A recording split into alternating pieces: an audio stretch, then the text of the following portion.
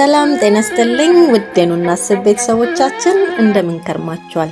ይህ በየሳምንቱ ዘውትር ቅዳሜ እየተዘጋጀ ወደ እናንተ የምናደርሰው ኑ እናስብ የተሰኘው ፕሮግራማችን ነው።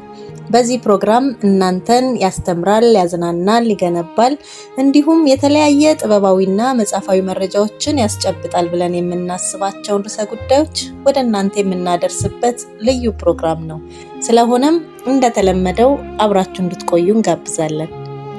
ለዛሬ ወደ እናንተ ለማድረስ ያሰናዳነው ፕሮግራም በአንድ ወቅት በአምባገነናዊ አገዛዙና በሰራዊቱ ብዛት ህዝቡንና የባልካን ሀገራትን እያንቀጠቀጠ የገዛው ስለ ታላቁ እስክንድር ይሆናል። አብራችሁ እንድትቆዩ በድጋሚ ጋብዛለሁ። ታላቁ እስክንድር እስከዚህ ዘመን በታላቅ ወታደራዊ ልቅነቱና የጦር አዝማችነቱ ስሙ ይወሳል። በ14 ዓመቱ ነበር ወታደር የሆነው። በ16 ዓመቱ ደግሞ የጦር መሪ፣ በ20 ዓመቱ ደግሞ የሀገር መሪ ንጉስ ለመሆን በቅቷል። ማን? ታላቁ እስክንድር። ግዛት ማስፋፋት የጀግንነት መገለጫ በነበረበት ዘመን ከአውሮፓ እስከ መካከለኛው ምስራቅ ሰፊ ግዛቶችን የጠቀለለ ነበር።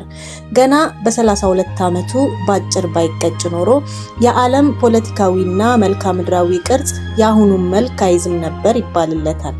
ታላቁ እስክንድር የዛሬ 2200 ዓመታት ገደማ በፊት በተበታተነችው ግሪክ ከመቄዶንያ ግዛት ንጉስ ዳግማዊ ፊሊፕ ከውባ ኦሎምፒያስ የአብራኩን ክፋይ ያገኘበት ወቅት ሆኖ በታሪክ መዛግብት ሰፍሯል። ይህም ብቻ ሳይሆን ንጉስ ዳግማዊ ፊሊፕ በህልሜ በኦሎምፒያስ ማህፀን አንበሳ ተኝቶ አየሁ ማለቱ ተያይዞ ሰፍሯል። ይህ ንግርትም ነው እንግዲህ ታላቁ እስክንድር የፈጣሪ ልጅ ነው፣ ሞትም ሲያልፍ አይነካውም ለሚል ንግርት መነሻ የሆነው። ታላቁ እስክንድር ከፍ ሲልም የመቄዶንያ መሳፍንት ልጆች ብቻ የሚማሩበት ትምህርት ቤት በመግባት ከትምህርቱ ባሻገር የአካል ብቃት፣ ወታደራዊ ሳይንስ፣ ስነ አመክንዮና ፍልስፍና እንዲሁም ስነ ጥበብን ለመቅሰም በቃ። ታላቁ እስክንድር በቆይታው ብሩህ አይምሮ ያለውና በትግል በፈረስ ግልቢያና በአደን የእድሜ ኩዮችን ልቆ ለመሄድ ቻለ። አባቱ ንጉስ ፊሊፕም ልጁ በፍልስፍናው ልቆ እንዲሄድ በግል አሉ የተባሉ ፈላስፋ አስሶ አርስቶትልን ቀጠረለት። አርስቶትልም ለ3 ዓመታት ፍልስፍና፣ ሃይማኖት፣ ሕክምና፣ ስነ ምግባርና ስነ ጥበብን ለታዳጊው እስክንድር አስተማረ። በዚህም ወቅት እስክንድር በእርግጥ የተለየ ጭንቅላት ያለው ታዳጊ መሆኑን አስመሰከረ። የታሪክ አጥኚዎችም ከእናቱ ከኦሎምፒያ በመቀጠል የእስክንድርን ማንነት ያነጸው አርስቶትል ነው በሚል ይስማማሉ። 14 ዓመት ሲሆነው የአባቱ ፊሊፕን ጦር በመቀላቀል ግሪክን አንድ ግዛት ለማድረግ አልሞ የተነሳውን የአባቱን ሐሳብ መከተል ጀመረ። አባቱ በጦርነት የሚያሸንፋቸውን ግዛቶችም እየተቆጣጠረ መምራት ጀመረ። በዚህ ወቅት ግን ግዛቶቹ በዚህ ለጋ ወጣት ክንድ ስር ማረፉ ያልተዋጠላቸው የጦር አበጋዞች ማመጽ ጀመሩ።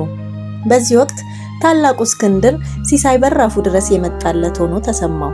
አባቱ በሌለበትም እነዚህን ግዛቶች ሰራዊቱን አስከትሎ በኃይል አስገበራቸው። እነርሱም እስክንድርንና ጦሩን መቋቋም ከብዷቸው እጅ ሰጡ። አባቱም ከጉዞ ሲመለስ የእስክንድርን ጀግንነት አድንቆ የጀነራልነት ማዕረግ እንዲሰጠው አደረገ። በቀጠሉት ጦርነቶችም እስክንድር ከአባቱ ልቆ መግነን ጀመረ። ከአባቱ ይልቅም በጭካኔው ወደር አልባ መሆኑ ይበልጥ እንዲፈራ አደረገው። ከነዚህ ውጊያዎች በኋላ አባቱ መላ አብዛኛውን የግሪክ ክፍል በማስገበሩ ሄጅሞን የሚል ስያሜ ሰጠው። ጠቅላይ አዛዥ እንደማለት ነው። የአባቱን ሌላ ሚስት ማግባት ተከትሎ ግን በእስክንድርና በአባቱ መሃል ግጭት ተፈጠረ። ይህም ኋላ በጠባቂው ለተገደለው አባቱ ያስገደለው ልጁ እስክንድር ነው ለሚል ተረክ መነሻ ሆነ። ይህንንም በርካታ የታሪክ ጸሐፊዎች ትክክል ነው በሚል ያስቀምጡታል፣ የተረጋገጠ መሰረት ባይኖረውም። የአባቱን ሞት ተከትሎ የንግስና ዘውድን የጫነው እስክንድር የመጀመሪያ ተግባሩ ቤተመንግስቱን ማጽዳትና ለዘውዱ እንቅፋት ይሆናሉ ብሎ ያሰባቸውን ማስወገድ ነበር።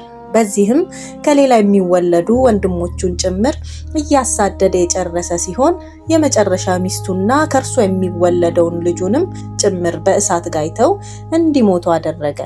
ከዚህ በኋላም የሚቋቋመው አልተገኘም። መላው ግሪክን በወራት ጊዜ ተቆጣጠረ። ጦሩ ሲያሸንፍም ወንድ የተባለ ፍጥረት ሁሉ ሲገደል፣ ቀሪውም ለባርነት ይሸጥ ነበር። ይህ ዝናው ያስፈራቸው ሳይዋጉ ገና በፈቃደኝነት መገበር ጀመሩ። መላው ግሪክን ማስገበሩን ሲረዳም ግዛት ተሻግሮ ወደ ፐርሺያ አቀና። የበዛ ሰራዊት የነበረው የፐርሺያ ጦርም ራሱ ሰራዊቱን እየመራ ድባቅ መታቸው። ባህር ተሻግሮም ግብፅን በማስገበር እስከዛሬ በስሙ የምትጠራውን አሌክዛንድሪያን በቀላሉ ተቆጣጠረ። ደግሞ ወደ ባቢሎንም ተሻግሮ ዘግናኝ በሚባል ጦርነት ድል አደረጋቸው። ዛሬ ቱርክ፣ ኢራቅ፣ ኢራን፣ ሶሪያ፣ ሊባኖስ፣ አፍጋኒስታን፣ ፓኪስታንና የባልካን ሀገሮች የሚባሉትን ጭምር በመውረር የእስያ ንጉስ ነኝ አለ። 32 ከተሞችንም በስሙ ሰየማቸው። ለ10 ዓመታት ያህል በአስደናቂ ጉዞ ብዙዎችን አስገብሮ ብዙም ሳይደላደል በጠና ታመመ። ጦር ያልፈታው ታላቁ እስክንድር ለህመም ግን እጁን ሰጠ። ብዙዎች ተመርዞ ነው ሲሉ፣ ሌሎች ደግሞ የሞቱ ምክንያት ወባ ነው ሲሉ ያስቀምጣሉ። በመጨረሻም ከታላቁ እስክንድር ጋር ተያይዞ የሚነሳውን አንድ ተረክ ላጋራችሁና ፕሮግራሜን አበቃለሁ። ታላቁ እስክንድር አቴንስን ለማስገበር ጦር ባዘመተበት ወቅት ፈላስፋው ዲዮጋንን በመንገድ ዳር ተቀምጦ ያገኘዋል። እስክንድርም የፈለከውን ጠይቀኝ፣ ምን ላድርግልህ ይለዋል።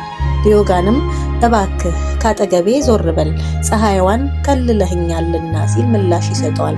በዚህ ጊዜ በብዙዎች የሚፈራው ታላቁ እስክንድር እስክንድርን ባልሆን መሆን እመኝ የነበረው ዲዮጋንን ነበር ማለቱ ይጠቀሳል። ለዛሬ ስለ ታላቁ እስክንድር የነበረን ፕሮግራም ይህንን ይመስላል። ስለተከታተላችሁን እያመሰገንን ሀሳብና አስተያየታችሁን በኮሜንት አድርሱን።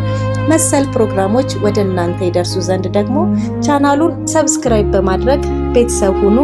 ኑ አብረን እናስብ። መልካም ሳምንት።